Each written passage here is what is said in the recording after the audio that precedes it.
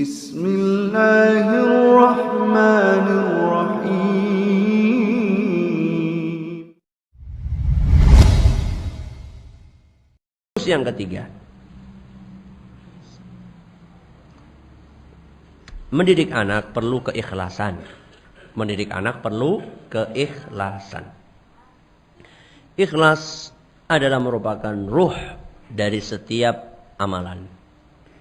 Amalan yang tidak ada ikhlasnya itu seperti tubuh yang tidak ada nyawanya, yang tidak ada gunanya.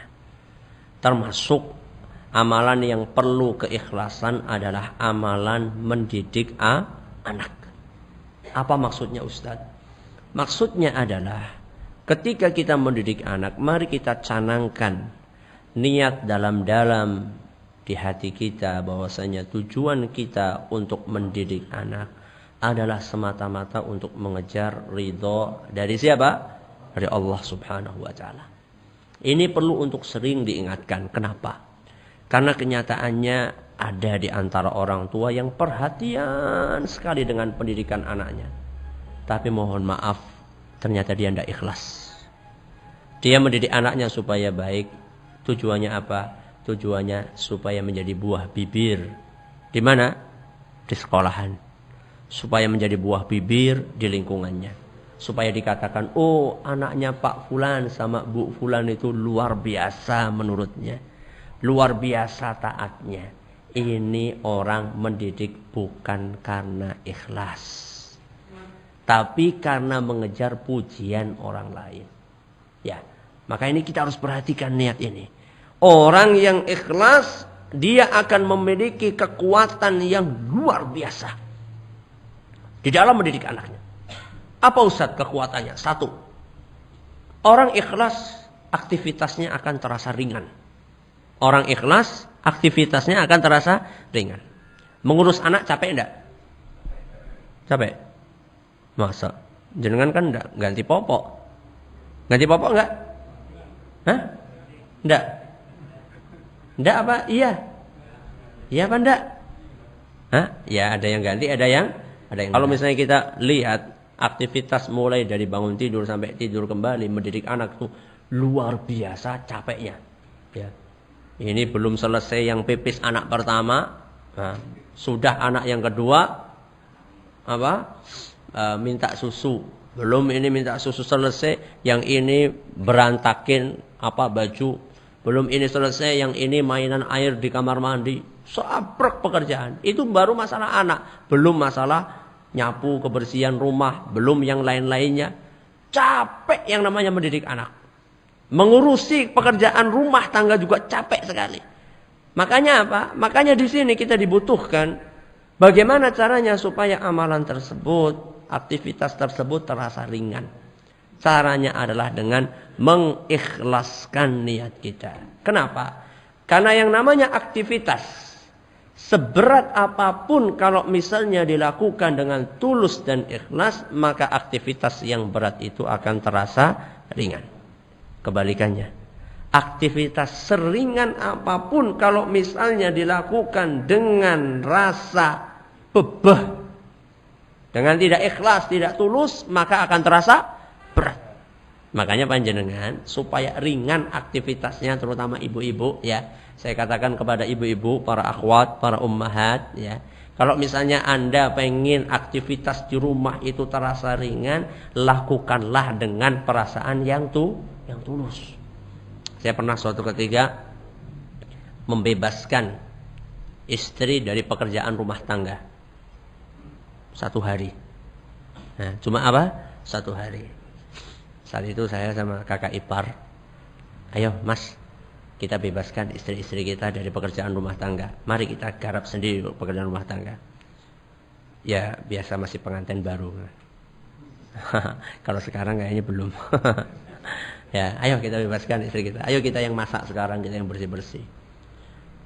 Seingat saya mulai masak dari jam 6. Mulai masak dari jam 6 pagi. Apa ya masaknya saya itu? Jangan bening, terus goreng tempe, terus bikin oseng terus goreng kerupuk. Itu kerja mulai jam 6 baru matang jam 9:30. Padahal itu dikeroyok 2 orang itu. Saya sama kabar Allah. Habis itu udah selesai pun sambil apa? Keringnya itu gemobios ya. Ya Allah, ternyata begini tuh pekerjaan istri kita tiap hari. Itu baru apanya? Baru masanya, belum ngepelnya, belum ganti popoknya, belum ininya, belum itunya. Masya Allah, ternyata pekerjaan itu berat ya. Makanya antum ini, Anda para suami ini jangan mentang-mentang ya. Ya, pulang-pulang belum matang, mau berangkat sekolah belum matang, itu capek itu mempersiapkannya. Ya, maka saya katakan kepada para istri, saya tahu pekerjaan istri itu berat sekali. Pekerjaan suami juga berat sama, ya, mencari nafkah. Makanya supaya terasa ringan, lakukanlah pekerjaan itu dengan apa? Dengan tulus dan ikhlas. Ini kekuatan yang pertama. Kekuatan yang kedua, dengan keikhlasan, ucapan kita akan punya bobot. Ucapan kita akan punya apa? Bobot. Saya tanya, sering enggak nasihati anak? Sering enggak nasihati anak? Sering. Sering nasihati anak. Lebih sering masuknya atau lebih sering lewatnya? Hah? Lewat maksudnya adalah masuk telinga kanan, keluar telinga kiri. Masuk itu maksudnya ya masuk kemana? Ke hati. Masuk telinga kanan, mampir kemana? Ke hati. Lebih sering lewatnya atau masuknya? Hah? 50-50. Iya, lewat. Kenapa sih? Kan omongannya sama kan ya? Omongannya sama-sama sholat. Ayo ke masjid. Omongannya sama. Kadang-kadang masuk, lebih sering lewat. Kenapa? Kita dulu ketika dididik sama orang tua kita, ada di antara nasihat orang tua kita yang sampai sekarang masih kita ingat. Iya enggak? Ada beberapa nasihat orang tua kita yang sampai sekarang masih kita ingat dan masih kita pegang kuat. Iya apa enggak? Tapi juga banyak nasihat yang sudah lupa. Iya enggak? Kenapa? Kenapa ada nasihat yang masuk dan ada nasihat yang lewat? Kenapa? Kenapa? Tidak tahu. Jawabannya karena nasihat itu tergantung apa pendorongnya. Nasihat itu tergantung apa pendorongnya. Nasihat itu kalau boleh saya umpamakan seperti sebuah pukulan. Seperti sebuah apa? Pukulan. Antara orang mukul sekenanya sama orang yang mengumpulkan tenaganya kemana? Ke dalam genggamannya, semuanya dialirkan, bukan tenaga dalam ya. Jadi tenaganya dialirkan kemana? Ke tangannya, kemudian dia genggam tangan tersebut. Setelah ini dia pukulkan dengan pukulan yang apa? Sepenuh hati. Beda enggak? Bedanya apa? Bedanya ini sakit, ini enggak ya? Bedanya ini ada dorongannya. Kalau yang ini enggak ada dorongannya. Nasihat yang hanya sekedar lewat itu adalah nasihat yang kita lepaskan hanya dari mulut kita. Kalau boleh saya katakan nasihat lipstick, hanya sekedar penghias apa? Bibir. Nasihat yang masuk adalah nasihat yang keluar dari hati kita dengan penuh kekuatan jiwa kita dan penuh keikhlasan serta keimanan. Itulah yang akan masuk ke dalam hati anak-anak kita. Sekarang ketika kita memberi nasihat, banyak di antara kita yang memberi nasihat hanya sekedar lalu saja. Jangankan kita mengumpulkan energi keikhlasan kita, melihat anak kita saja ndak. Ayo orang tua nasihat, anaknya di sana, ayo ke masjid, dianya sambil apa? Sambil melihat yang lainnya.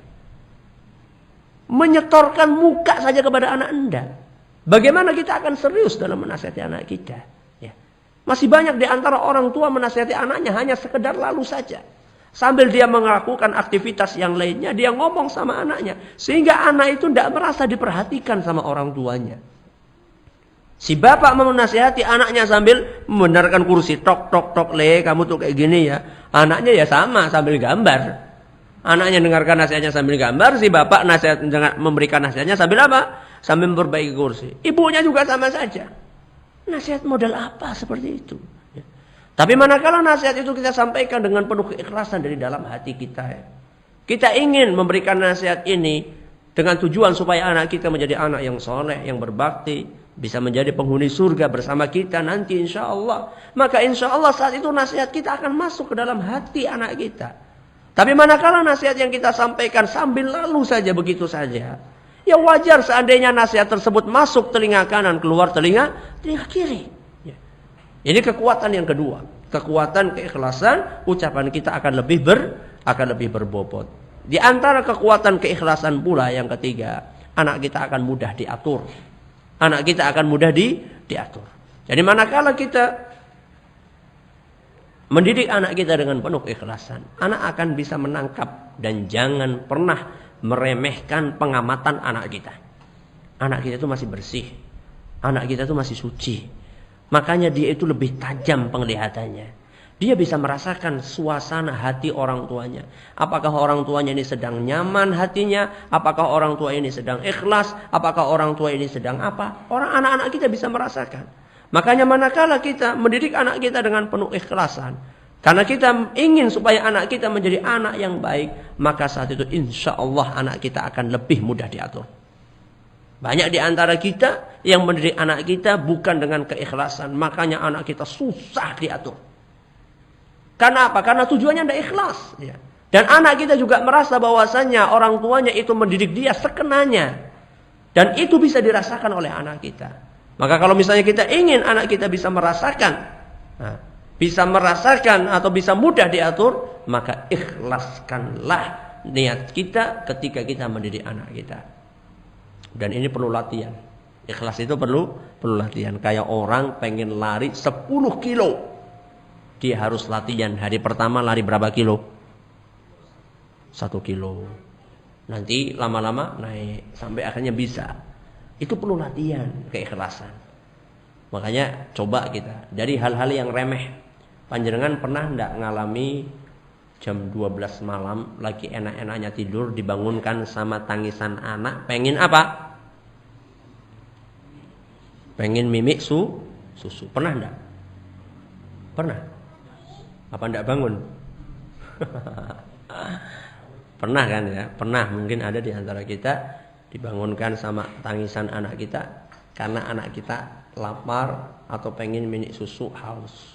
Saat itu ketika kita bikin susu, kita bikin dengan hati yang dongkol atau dengan hati yang ikhlas? Dongkol. Makanya tidak tahu ini gula apa uyah. Iya kan? Yang penting putih-putih maksud asal jangan urea. Urea gawat nanti ya. Tidak tahu, pokoknya asal bluk-bluk, tidak tahu takarannya seberapa, yang penting susu jadi. Minum. Langsung udah tidur lagi. Beda enggak kalau misalnya kita memberikan susu dengan cara seperti itu? Dengan kita memberi susu, kita bangun, oh ya ada balik, haus, oh ya sebentar, kita ambil susu itu dengan penuh penghayatan. Kita ambil takarannya benar, gulanya, sendoknya, diaduk dengan penuh penghayatan, keikhlasan. Kemudian kita niatkan, ya Allah, semoga susu ini masuk ke perut anak saya, akan menumbuhkan daging, tulang, kemudian bisa menambah kekuatan tubuh dia untuk beribadah kepada Allah Subhanahu wa Ta'ala. Jadi, ayo deh, silakan diminum susunya. Beda enggak? Beda enggak kira-kira? Beda? Apa jenengan pernah ngerasakan dulu? Jelas beda, tidak mungkin sama. Karena apa? Karena ada dorongan, ya. Ada maksud di dalam hati kita. Maka ketika kita bikin susu dengan penuh keikhlasan, walaupun hanya sekedar dalam tanda kutip bikin susu, itu berpengaruh, ya. Berpengaruh terhadap perilaku anak kita. Antara kita membuat sesuatu dengan penuh keikhlasan, dengan kita membuat sesuatu dengan penuh rasa gerundel. Nah, rasa jengkel itu jelas beda. Termasuk ketika kita menyuapi anak kita. Banyak di antara orang tua nyuapi anaknya, ayo cepet blup blup blup blup blup. Yang penting cepet apa? Cepet habis. Maaf ya, kadang-kadang ada sebagian bapak atau ibu sama saja. Kadang ada sebagian istri, ya, sebagian istri yang penting bagaimana caranya nasi ini cepat apa? Tapi sehingga anak mutu-mutu. Saking apa? Saking ngasih puluhannya itu loh. Suapannya itu apa gede-gede biar cepat apa? Selesai. Ya Allah, Bu. Jenengan itu ngasih anak ayam apa anak manusia? Ya. Beda antara kita memberikan nasi tersebut dengan penuh keikhlasan. Kita suapi anak kita dengan harapan setiap butir nasi yang masuk ke perut anak kita akan bisa membuat anak tersebut menjadi anak yang taat kepada Allah dan Rasulnya Sallallahu Alaihi Wasallam, menjadi anak yang berbakti kepada orang tuanya. Sangat berbeda, ya. Maka perhatikan, kita perlu keikhlasan, dan keikhlasan itu perlu untuk dididik. Kita perlu melatih diri kita, bahkan dalam setiap aktivitas yang tadi saya contohkan, seperti apa?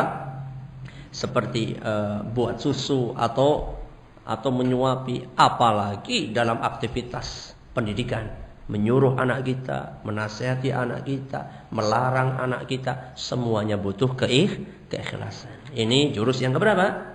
Jurus yang